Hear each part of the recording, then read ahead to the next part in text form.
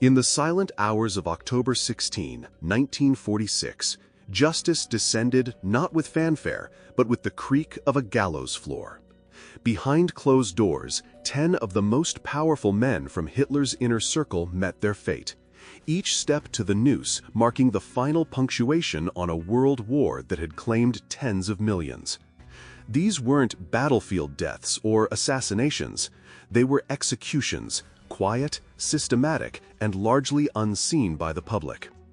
The Nuremberg Trials had captured international attention with unprecedented transparency. Yet the executions themselves were shrouded in secrecy, carried out in the night, their imagery absent from history books. What happened in that dark prison gymnasium? Who died with remorse, and who with venom on their lips? This is the story of how the architects of Nazi terror were brought to justice, and how their final moments have remained in the shadows. After the fall of the Third Reich, the world stood at a moral crossroads. How do you prosecute a regime responsible for crimes so vast, so systematic, that they defied existing legal frameworks? The answer came in the form of the International Military Tribunal at Nuremberg, a historic collaboration among the Allied powers to bring Nazi leaders to justice for war crimes, crimes against humanity, and crimes against peace. Held in the bombed-out city of Nuremberg, the trials began in November 1945 and lasted nearly a year. 24 major political, military, and economic leaders of Nazi Germany were indicted. Among them were names etched in infamy: Hermann Göring, Rudolf Hess, Joachim von Ribbentrop, and Albert Speer. The tribunal, composed of judges from the United States, the Soviet Union, the United Kingdom, and France, sought to create a precedent for international law and accountability. For the first time in modern history, an entire regime's leadership was held accountable not by revolution or vengeance, but by legal process. It was a bold move toward post-war justice and international order. Sentences ranged from acquittals to long prison terms to death by hanging. Though widely publicized, the executions themselves would not be televised, photographed, or shared with the masses. While the trials aimed to illuminate the darkness of Nazi crimes, the executions would become their own mystery, an eerie, off-stage finale to the most consequential legal drama of the 20th century. Of the 24 men originally indicted at the Nuremberg trials, 12 received the death penalty. Yet only 10 would make it to the gallows. Hermann Göring, once the second most powerful man in Nazi Germany, cheated the noose by ingesting a cyanide capsule just hours before his scheduled execution. Martin Bormann, Hitler's private secretary, was sentenced in absentia, later confirmed dead. That left 10 to face the final reckoning. Here are the 10 men hanged in the early hours of October 16, 1946. Joachim von Ribbentrop, Hitler's foreign minister, who helped negotiate the infamous Molotov-Ribbentrop Pact. Wilhelm Keitel, field marshal and head of the German Armed Forces High Command, notorious for signing orders that violated the Geneva Convention. Ernst Kaltenbrunner, the highest-ranking SS officer tried, responsible for much of the Holocaust's execution. Alfred Rosenberg, the Nazi Party's chief ideologue and racial theorist. Hans Frank, Governor-General of occupied Poland, where millions perished.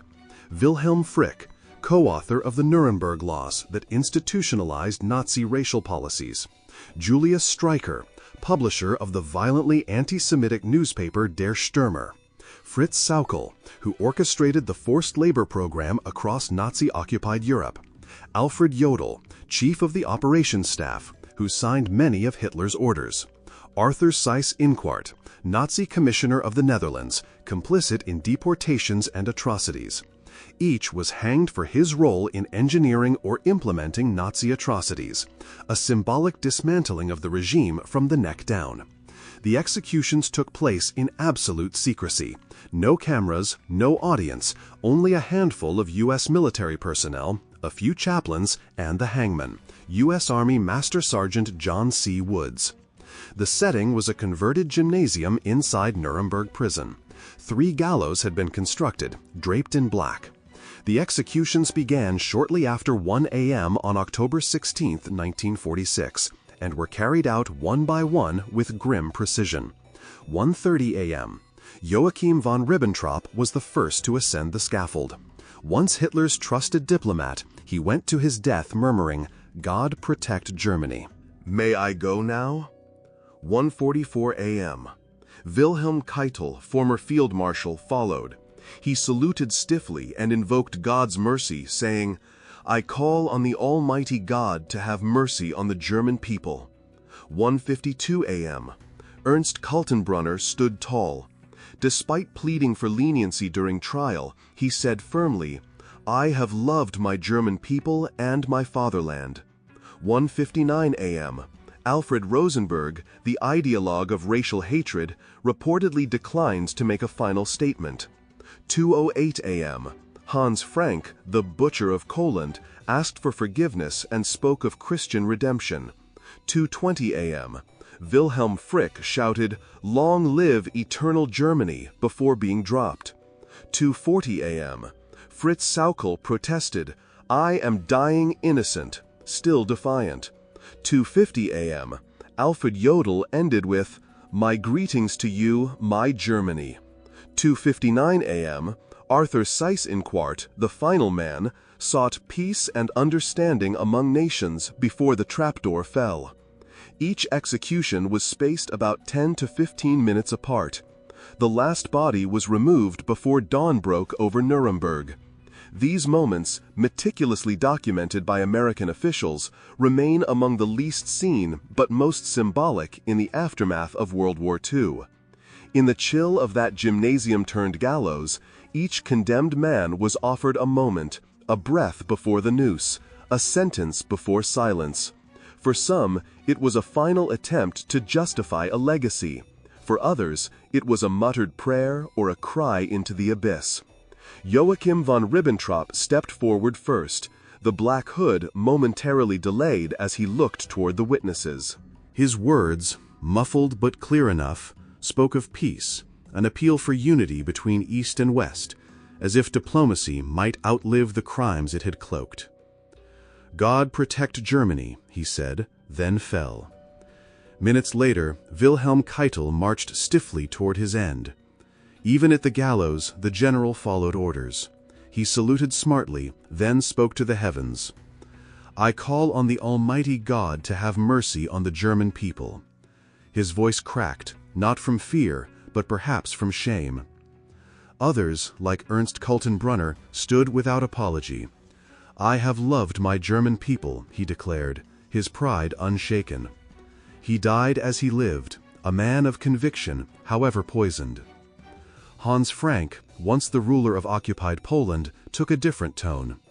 Having found religion in prison, he asked for forgiveness. The hangman listened, but did not answer. Then came Julius Streicher, foaming, furious. His last words were a shriek, "Heil Hitler!" and something stranger, Purimfest 1946. He went down spitting hate. Not all spoke, but those who did left echoes, not absolution. The trapdoor opened and history moved on, leaving their final words hanging in the air like smoke. Though the Nuremberg trials were broadcast to the world with unmatched transparency, the executions themselves vanished behind locked doors and military security. There were no journalists allowed, no cameras rolling, no public audience.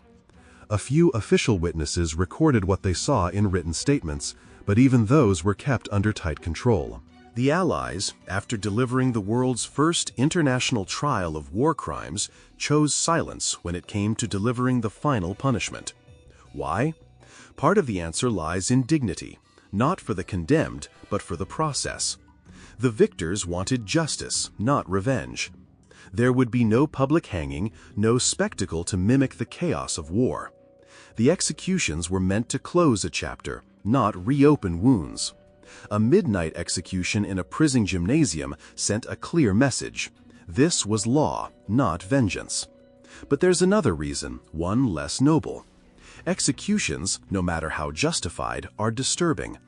Even in 1946, the world was uneasy about the image of men, even monsters, dangling from ropes. By shielding the gallows from public view, the Allies preserved the myth of clean justice, untarnished by the ugliness of death. So the world remembers the courtroom sketches, the defendants in headphones, the stern faces of judges. But the hangings? They live only in written records, dry military logs, and the memories of a few soldiers. The final act of the Nazi elite was staged in shadow, deliberately erased from the spectacle, as if the world, even then, didn't want to look. The Nuremberg executions were more than the end of men. They were the symbolic closure of a regime that had drowned Europe in blood. Yet unlike the trials that captured headlines and camera lenses, the executions slipped by almost invisibly. No film reels preserved the final steps. No photos documented the hanging ropes. Justice was done, but not shown. Maybe that was intentional. Maybe it was mercy. Or maybe the Allies, having walked the tightrope between justice and spectacle, understood the dangers of turning the gallows into theater. So the world was given silence, not as a cover-up, but as a curtain. Still, in that silence, a question lingers.